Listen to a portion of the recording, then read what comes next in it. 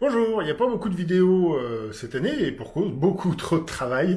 Donc une petite vidéo sur la collection parce que ça prend beaucoup moins de temps, il n'y a pas de montage quasiment pro. Et vous voyez derrière moi une vitrine, les gens qui sont venus chez moi connaissent cette vitrine. Autant dans mon appart précédent, je m'étais empressé de la remplir avec ce que j'avais déjà. Autant dans celui-là, je me suis dit non, je vais la remplir tout doucement au fil de l'année. Et j'achète jamais énormément de choses à la fois.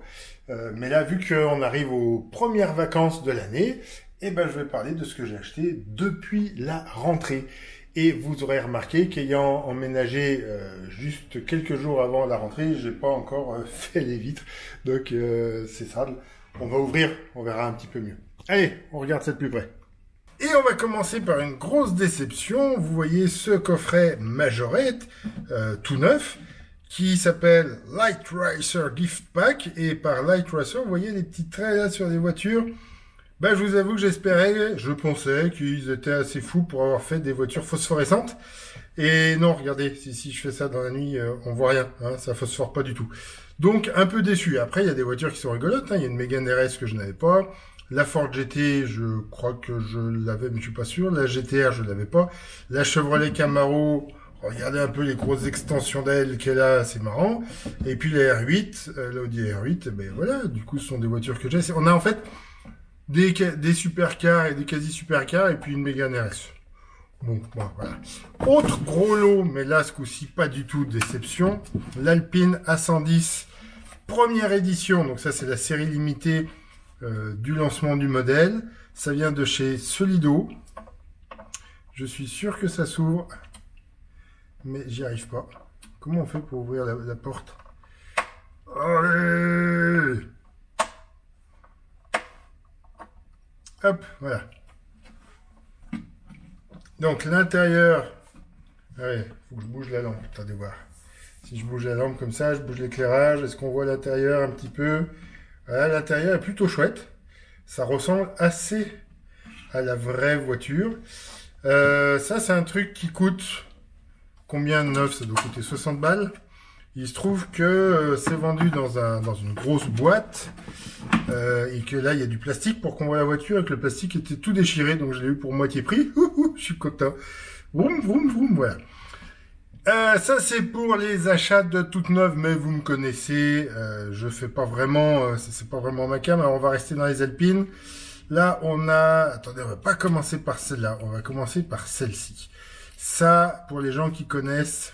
La Silver Fox, c'était une voiture qui avait été faite en reprenant une mécanique d'Alpine A110, mais c'est un concept car, voilà, j'en avais d'autres représentantes. Là, c'est une représentante, est-ce que vous voyez bien, par Old Speedy?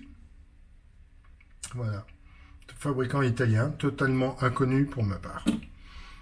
Une autre Alpine, un peu plus récente, la 310.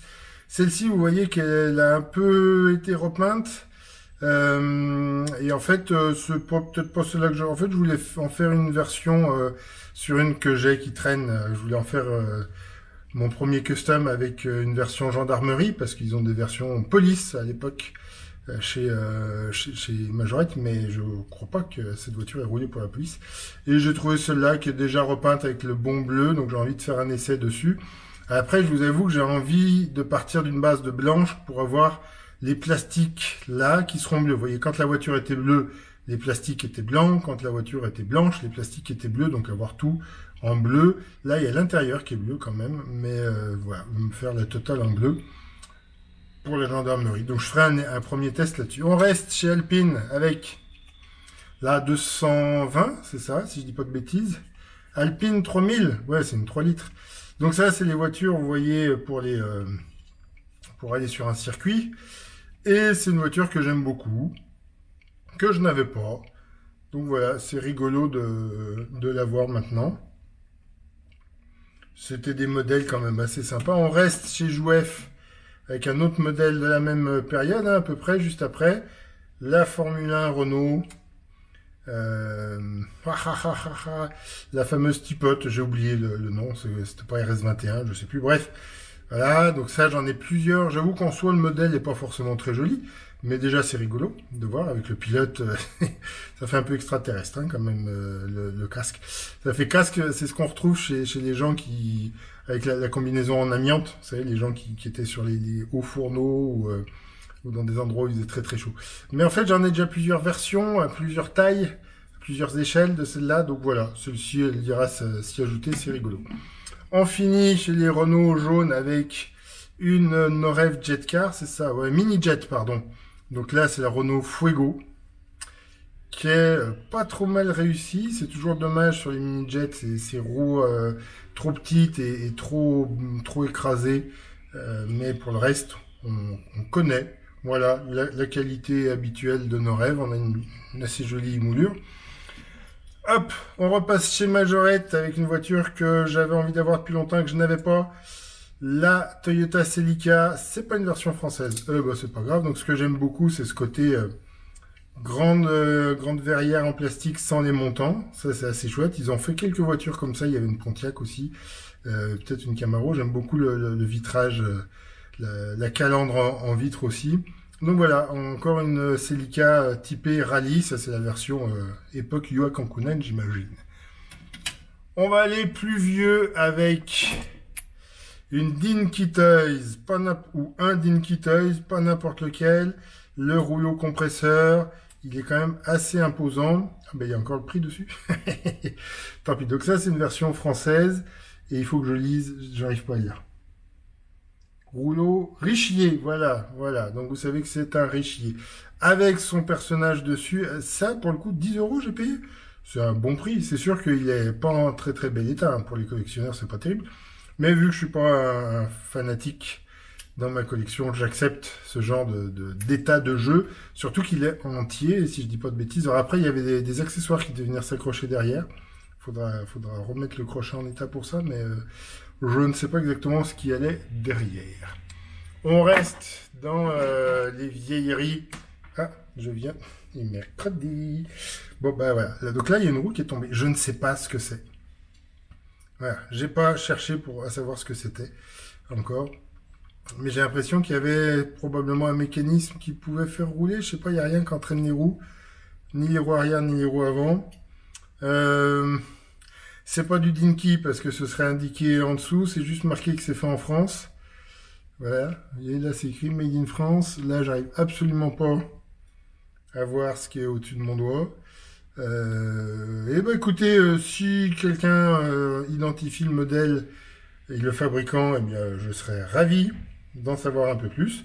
Sinon, ça restera une énigme tant que je ne me prendrai pas 10 minutes pour aller chercher sur internet ce que c'est. On continue dans les vieilleries. Ah ben on revient chez Norev avec une Jet Car. Ça c'est la Citroën SM présidentielle. Vous vous souvenez peut-être que j'avais présenté un joli coffret, mais c'était une refabrication récente avec cette voiture et avec une Simca à côté. Et ben voilà, là j'ai la SM présidentielle de Pompidou avec son chanoine conducteur, hein, parce qu'il a une belle tonsure, tout en noir. J'ai pas Pompidou qui va derrière. Et la voiture est en état assez correct. La miniature est... Ça, c'est le genre de voiture quand t'es gamin à l'époque, ça doit être impressionnant de voir ça quand même comme jouet. Voilà. Bon, il y a deux trop petites choses qui bougent par endroits, mais à part ça... donc oui, je pense qu'il manque des accessoires, mais une très chouette voiture. Et puisqu'on est chez Citroën, on finit avec une B2 de 1925 en version taille crayon.